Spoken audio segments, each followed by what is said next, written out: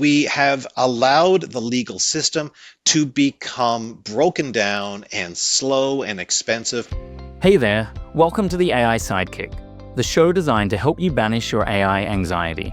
I'm your host, Ryan Heath, from Robin AI. Today I'm joined by Jordan Furlong, a globally recognized expert on the future of law. Jordan spent decades studying the evolution of legal markets, from his early career in legal publishing to his work advising law firms, regulators, and legal professionals on how to navigate industry disruption. Jordan, welcome to the AI Sidekick. Thank you very much, Ryan. It's fantastic to be here. Now, you've been at the forefront of so many conversations on legal AI, not just as a tool for efficiency, but as a force that's going to reshape the structure of all legal services. So hopefully today we'll explore some of the implications of a world where finally there is enough supply of legal services to meet all of the demand that's really always been out there. Let's get into it. I wanted to start off with something fun before we get into the serious stuff.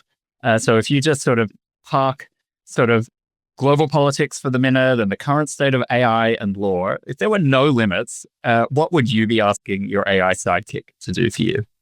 I don't think I would ask the AI to come up with the brilliant solution to all of our problems. That's very deep thought, meaning of life 42 kind of thing.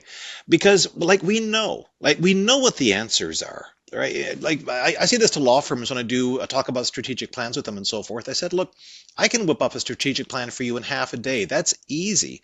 The hard part, the part that you will almost certainly not be able to accomplish, is actually turning this plan into reality by managing the process of change within your firm to make it necessary to do all that.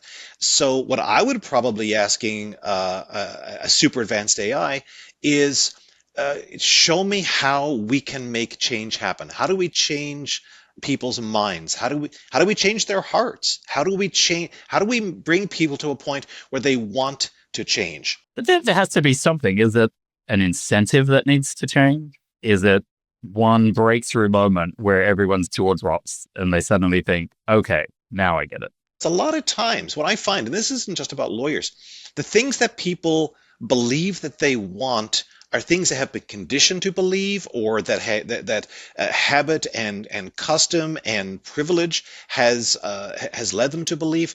And in many cases, what they don't fully appreciate is there are options beyond what they have always traditionally seen that could be so much better. And that is a real hurdle for most lawyers to get over, the idea that there could be something more. And I think that's where they're going to find themselves very soon. To pick up on that point, and your use of that word privilege, which can be a loaded term these days, depending on who's using it, I think of lawyers as really quite strong gatekeepers to their industry. And it might be that we're in a situation now where you don't get to be the self-appointed gatekeeper anymore, as AI is increasingly able to do some of the things that you as a human used to do, and maybe even better. Do you think we're going to see sort of a sweeping away of those gatekeeping systems over time? Or can these current structures hold up where the industry just self-regulates itself? Yeah. Oh, well, in terms of self-regulation, I think lawyers should have the Big Apple ball drop in place for that, because the countdown is on. But more broadly, I mean, it's a great point about the gatekeeping, right? Because there has long been this situation where, as you say, there is enormous pent up, even unrealized demand and need for legal help, legal assistance, guidance, information, solutions, what have you. And the legal profession has very adeptly and cleverly set itself up as the only entry point, the only legitimate authorized entry point for people to come and get all that. So yeah, we have been the gatekeepers. One of my beliefs about AI is that it's going to change the equation radically, because it is going to massively multiply and empower demand. It is going to bring so many people to a point where they can get legitimate, authorized, legitimate, reliable, effective legal assistance without going to consult a lawyer or even a paralegal or anybody else like this. So we're entering a point where we are going to supercharge demand. So in a sense, the supply side is going to become, I don't want to say irrelevant, but it's not going to matter as much. The issue isn't the gatekeeping. The issue is there even going to be a gate, right? And I think that's the real mind shift that lawyers have to come around. It's like y'all are gathered around, holding holding shut this door, and the walls are collapsing around you, and people are streaming in. That sort of thing where it doesn't happen at all until it happens all at once. Where if you're a comfortable partner in a law firm and you have your lovely holiday house and you're making your million or your 2 million a year, it doesn't feel like the walls are crumbling until suddenly the walls aren't there anymore. This is a process, of course, as all even all revolutions, right? The classic William Gibson observation: the future's already here; it's just unevenly distributed. You could say that about the change in law. I think we're starting to see it in a few places. It's going to take a while for it to fully manifest itself in a number of the parts of the market. If you are a lawyer working at a large firm and you're dealing with very old, staid kinds of clients like financial institutions and insurance companies and what have you, yeah, it's going to take a while. Not because of any particular merit on your part, it's just that these are buyers that, for the most part, are as comfortable as you are and are as perfectly happy. And again, if you are serving corporate clients, 95% of the people who make the buying decisions about your firm are themselves lawyers who were raised in law firms, and so it's part of that same kind of process. Now, so I think that day will come later. I mentioned insurance companies; they're actually going to be at the vanguard of this kind of change. But more broadly, I think the way that demand is going to shift is going to be people who can suddenly access answers and solutions and information that previously was denied to them. I think that is a sea change. It's very much on the lines of what Richard and Daniel Susskind wrote a book in the late 2010s, 2018, I think, called "The Future of the Professions," and their thesis was. It wasn't quite the full Oscar Wilde, all professions are a conspiracy against the laity, but it was pretty close, right? And I think pretty justified. And I think their point was that professionals of all kinds, lawyers and doctors, everybody else, we have controlled the distribution points for the services and the assistance that we can give. And his view, their view, I should say, which I think has turned out to be extremely accurate, has been technology, and specifically AI, is going to disintegrate the distribution channels. Yep. This is prompting so many thoughts in my mind. So I worked as a journalist for a very long time. And, media outlets had a great distribution system. We were the supply side with the perfect gatekeeping distribution system until tech companies came and literally blew up our spot. And I feel, law firms are in a reasonably similar situation in that they've got this strong gate, but at the same time, they've evaded any form of like antitrust scrutiny, for example, because nobody has more than 1% of the market anywhere in the world. So they've been allowed to keep all their gates in place. But when nobody has more than 1% of the market, that's just a recipe for something related to Silicon Valley to come in and sort of take over at some point. Well, the classic Jeff Bezos line, and believe me, he's not a guy I like to quote, but when he said in the context of Amazon, "Your margin is my opportunity," he was dead on. And he could have been talking about law firms, because the margins in law firms are ridiculously high. And all of these, and again, this is not a surprise. Tech providers and insurgents and everybody else, they've been licking their chops at the potential to take away work and money from law firms for a long time. But for a whole bunch of reasons, structural, technological, that hasn't been possible. I think we're entering a period now where that will, I think, not just be possible, but I think probably inevitable. I think there are a bunch of wising up lawyers out there in in-house teams or in sort of tech provider firms where they know people are going to be ready to jump at some point, but people don't like to jump first. But once they get the sense that there's movement, everyone's going to jump sort of around about the same time, and then bam, the glacier is melted. It's extremely unusual for supply to drive changes in markets. You think of the iPhone, right? Steve Jobs actually changed people's behavior around a critical aspect of how they acted with online information and interconnection with other people. But that's really unusual. We would talk about things like the first mover advantage for innovators in law. And you know what? I don't actually think it exists. It's not a normal market.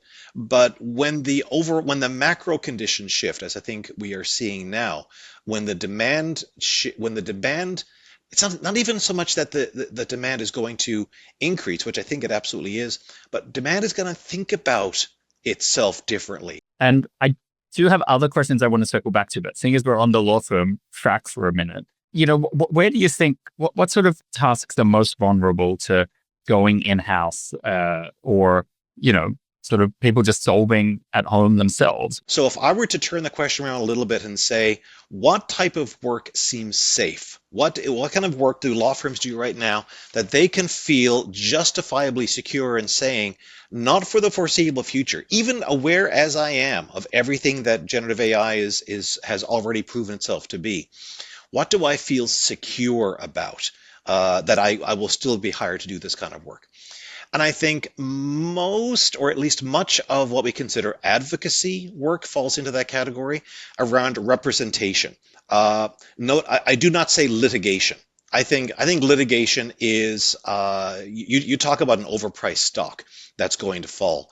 And I've been saying this to law firms for a while. I said, look, you get a huge chunk, in some law firms' cases, almost all of your revenue from an activity that everybody hates. Nobody likes litigation. No one likes it. The plaintiffs don't like it. The defendants don't like it. The only people who enjoy litigation are the people who are actually involved in the process, lawyers and judges themselves, right? And, And and they'd probably like it a lot less if they were only making 20 cents on the dollar in the Oh, you first know place. it. You know it, right? So litigation, right? The back and forth, the sparring and the burying in this and so forth, and this kind of nonsense, I got no interest in, and clients don't have any interest in it. I think that is in a lot of trouble. But actual advocacy, actually saying, I am going to be there for you. I'm going to represent your interests in any kind of context. That could be a court. It could be an administrative tribunal. That could be one of these many new online arbitration systems coming our way. That could be in your community. That could be within your group. Doesn't matter. I'm there with you and I'm representing you and helping you out. That I think feels pretty safe. And I think what you would also call, again, very generally, advisory work. So I trust the person you are to give me counsel that I can help with. Those two broad categories, I feel, are about as invulnerable as we can ask anything to be at this point in time. Everything else, I would not build my house on that sand. I'm sorry. I just think everything else is to a greater or lesser degree vulnerable. So then we think about the pipeline of lawyers or people that provide legal advice, whatever they're going to be called in the future. Does it need to focus on that high level, sort of very human advisory aspects? Or is there a way for people to still learn the case law and sort of just absorb all of that legal knowledge so that they're in a position to have better judgment later on? Like, how do you think legal education is going to change? Well, yeah. Okay. Well, there's legal education and law schools in the system we have now in most countries. It's kind of the same, and I think that within 5 to 10 years, that's toast. And I'm not going to shed too many tears for it because it's a millstone around the profession's neck. Here in Canada, you come out of law, the average law student graduates from law school something like $71,000 in debt. In the US, it's approaching twice that amount. And what I have said to regulators on multiple occasions is you are creating a six-figure price tag just to walk in the door of this profession. And that is a massive barrier to accessing the profession. It is socioeconomic, it is racial, it is all sorts of terrible things. So So legal education is something like I will fairly happily, light the match on that bonfire. But in terms of the lawyer development, the lawyer formation program and process, yeah, I think we need to recognize, as you've said, the human aspect's going to be really important. So first of all, it does matter that you know what the law is and how it works. I think legal knowledge still is going to distinguish us and still going to be necessary in some fashion. Because if all you are is a counselor and a representative, there's nothing particularly legal about that. That's just a great friend, fundamentally, right? So it's still going to matter that you know what's the legal framework around the situation that you are facing. What are your opportunities? What are your risks? What are your obligations? And what are your possible routes forward? And with that is a sense to be able to assess, to take a look at a legal construction or a document or materials and get a sense, yeah, that's right, or nope, this is not so good. I've often said that the key competence that lawyers actually need, in a way, has nothing to do with actual, how are you an expert in the law? I like to say, can you notice when this legal issue has occurred, right? We call it issue spotting, but You it's need to even, know what you don't know. It's yeah, that I'm yeah, not a Donald Rumsfeld fan generally, but like yeah. that was a very I know astute observation. all these terrible people giving us great quotes, but there you are, right? So I do think that there is an element of critical legal knowledge, or threshold legal knowledge, is how the survey from the Building the Bar at the Institute for the Advancement of the American Legal System gave us several years back, which is terrific. But building on that, I think that, and again, 5 years ago, I would have said competence for a new lawyer requires the ability to draft a document, to be able to respond to a statement of claim and so forth. And it's like, no, I don't think, because lawyers aren't going to be tasked with that kind of work. They will have to review what perhaps the machine generates. So, what are we training lawyers to do?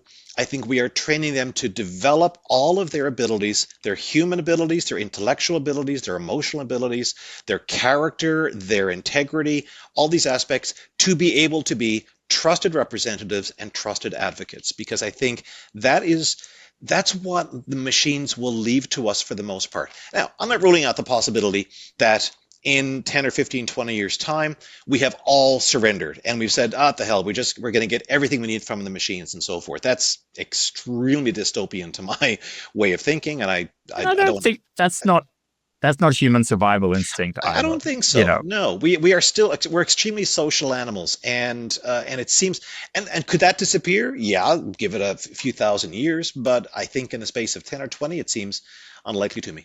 and then if we throw it forward and think to what that new landscape will look like as all of this develops, you're going to sort of have what you call the era or the age of accessible law. Who do you think are some of the biggest winners from that? And Oh you know, wow, yeah, all of us, everybody, right? And and that's and easy. and including lawyers, because you have heard Mhm. lawyers say on a number of occasions, and so have I couldn't afford to hire myself, right? And they laugh about it and said it's really not funny.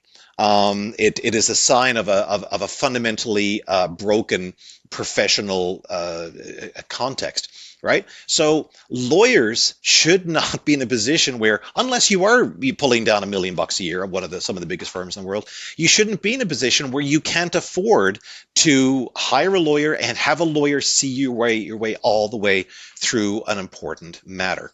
So the fact that law will become vastly more accessible in terms of information and guidance and recommendations and advice, that's fantastic. I think we're all going to win from that. You're going to see massive benefits to the economy, which could probably use that right now, because all of the ways in which legal solutions have been unavailable. We've just slogged. We've put sand in the gears of so many aspects of society because we rightly require them to be governed by legal processes and legal frameworks, but then we have allowed the legal system to become broken down and slow and expensive, and it's a massive drain.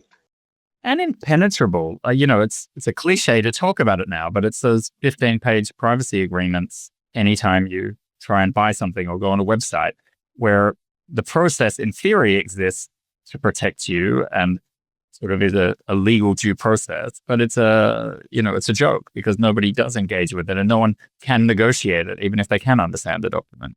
Exactly right. And it's not there to protect you. It's there to protect the people who produced it, which is another issue, but that's beyond the scope we can tackle today. So I think the winner really will be everybody. In terms of the losers on all this, I think anybody who has been enjoying the extremely fat margins that the traditional legal system has adopted is going to notice that the water levels are going to drop precipitously on that one. But if we can do something which is very hard for us as lawyers to do, if we can start thinking about opportunities, new things for us to do, then I think that then there is extraordinary potential here for lawyers to gear up, to level up, and to find ways in which, look, I'm not spending all this time cranking out documents and sending drafts back and forth and doing all of this stuff, right? I have other things to do with my time. And so will you, client, in many respects as well. So how can we work together? How can I now have the capacity to upgrade your position, to upgrade your business or your life or whatever the case might be. So there are opportunities here, but it requires you can call it a leap of faith. You can call it a degree of resilience and courage that we are not generally trained to develop as lawyers. But I really think there is tremendous opportunity just on the other side of the barriers we have created for ourselves professionally. And that brings us back to your original point about the human resistance or the human openness to change at some level. The argument we always make at Robin is that, your legal team could be seen as a value center instead of a cost center. You as a law firm could be delivering justice, not just processing paper, if you were able to look at what's in front of you in a different way. Is that another case of people just have to see the walls crumbling around them, or is there something we can do to sort of open people's eyes to these opportunities? Oh yeah, no, I think the walls have to crumble first. Speaking of someone who's banging my head off those walls for 20, 25 years before all this, and we'll probably have to bang it off a while longer yet. 5 or 10 years from now, you look at the list of the biggest or the most profitable firms in the country and the world, and you're going to see a lot of names that aren't on that list anymore because they'll be gone. But again, the opportunity for us to again reconceive what we're there for. I like to I talk to law students fairly frequently. And I say, I'm going to tell you something which makes me look incredibly naive and incredibly silly. But I said, I actually went to law school in part because I wanted to help people. I wanted to help people get answers and solutions and make their lives be better. And you can say the same thing about businesses. I want to help businesses thrive. I want to help companies do better. I want them to increase all these things. I want to deliver benefits. But there are very few lawyers today. If you said to a lawyer, what percentage of your time feels like you're actually helping, right? Your average lawyer in a large law firm is going to say, what now? Helping Yeah. what? Now, if We you're have that one pro bono case. well, exactly, right? And this is it. I mean, we have to kind of create this category of things to make ourselves feel better to do things. Now, if you're a legal aid lawyer, if you're criminal defense, if you're on the front lines helping someone who, for instance, is going to be detained because he engaged in a protest at a university, which is perfectly lawful, but no longer fits the current political mood, yeah, I think there's tremendous value in that. And I have in my experience found that lawyers in those situations are very happy. They feel fulfilled. They say, yeah, I'm doing something good with my life. And that shouldn't be exclusive just to that number of people. And by the way, the fact that there's an inverse relationship between how much you get paid and how much you enjoy what you do is also a problem, I think. And we shouldn't accept that. This is the thing that kind of gets me, Ryan. We accept so many things in the law. We assume, right?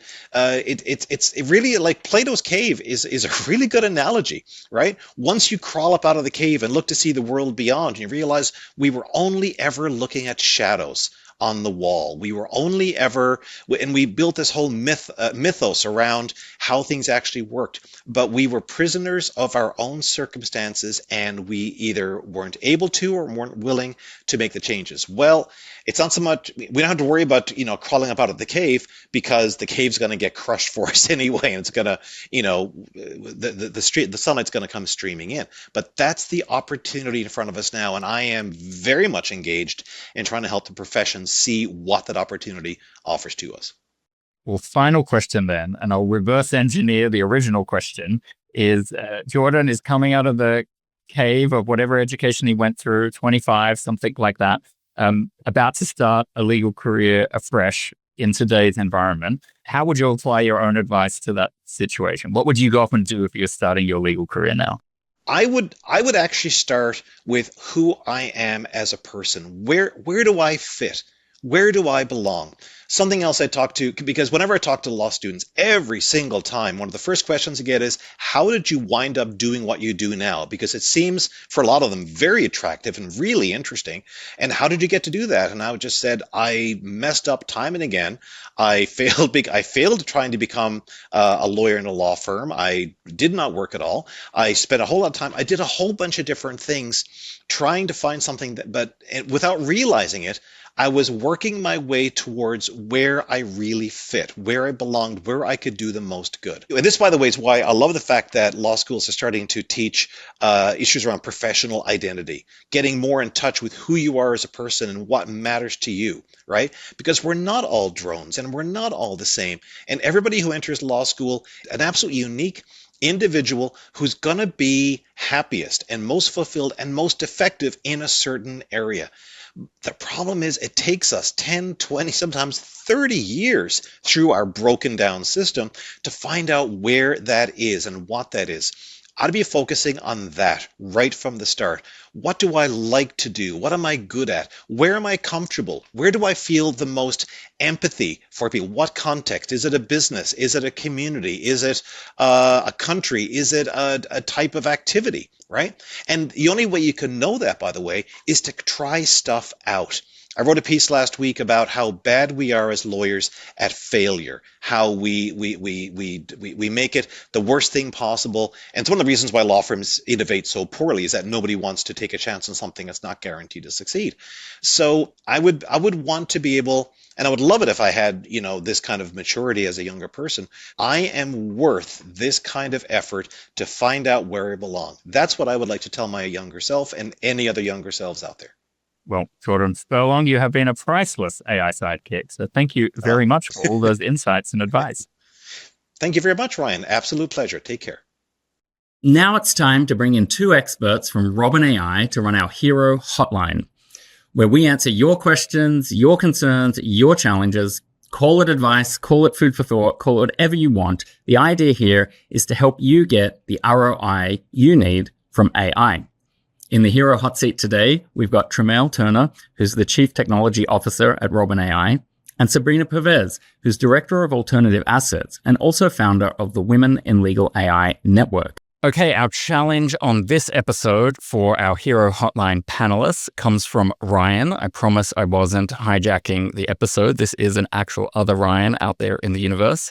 So other Ryan says they work at a niche insurance company with a small in-house legal team. There's only two of us, and they rely heavily on external counsel. But the law firms are not passing on any savings from AI if they're using it at all. So Ryan wants to know, how do other firms tackle this? And what is the balance between squeezing your law firm for savings and just finding some kind of other AO alternative to do what the law firm used to do? Over to you, Sabrina. Thanks, Ryan, and thanks, Ryan, for sending in the question too. I think this is a difficult one. I think every firm is going to adopt AI at their own pace in a way that feels right to them. And so that includes law firms too, who are, leveraging AI in their own specific ways. And often I think the way a law firm chooses to embrace AI might look a little bit different to how an in-house legal team, an insurance firm might choose to embrace AI too.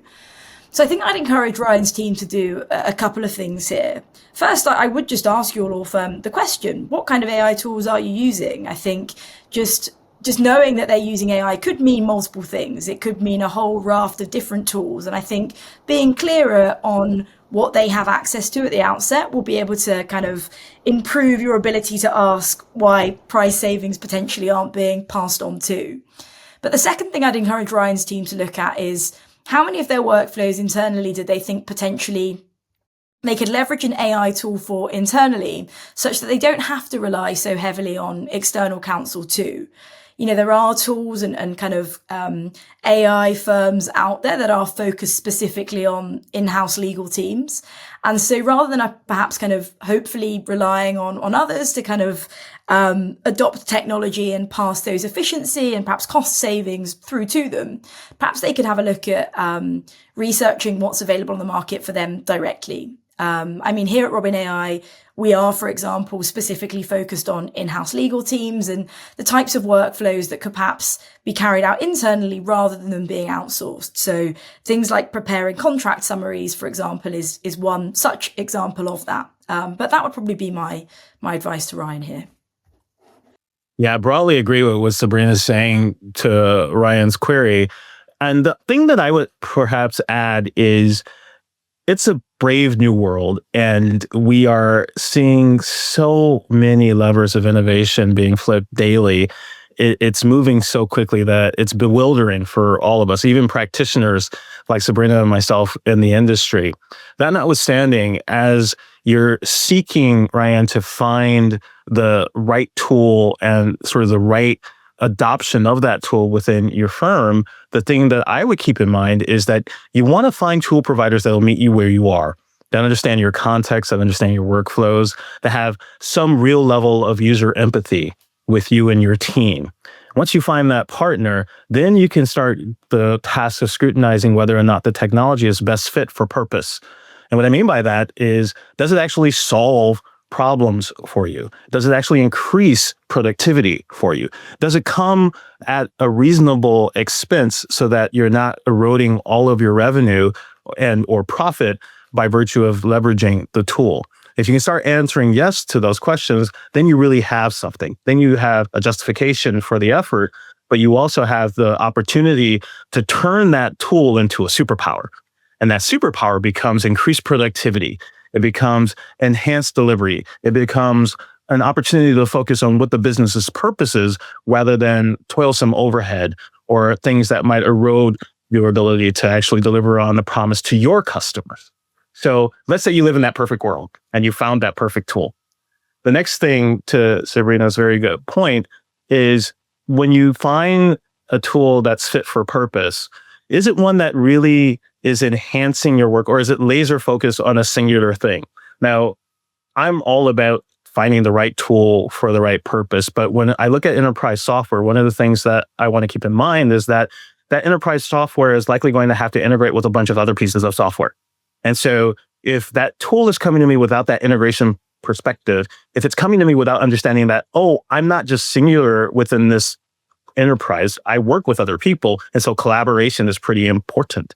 If it's coming to me and it's not considering the fact that security and safety and durability and scalability, all those non-functional things that we often talk about, are not a concern of the folks who are proffering the tool, then that's probably a tool that I don't want to use. Now, I would offer that Robin does consider all of those things as tier one principles in the services that we deliver. But I would hope for Ryan or anyone who's listening, when you do your tool selection, that you keep all of those things in mind. And who doesn't like the idea of superpowers? I think we can all sign up to that advice. Thank you, Tremail. Thank you, Sabrina. Thanks for tuning into the AI Sidekick. I hope you're now feeling more confident about implementing AI into your business. If you found today's conversation valuable, be sure to subscribe and share it with your colleagues. For more insights or to see how Robin AI can help you make contracts simple, check out robinai.com. See you next time.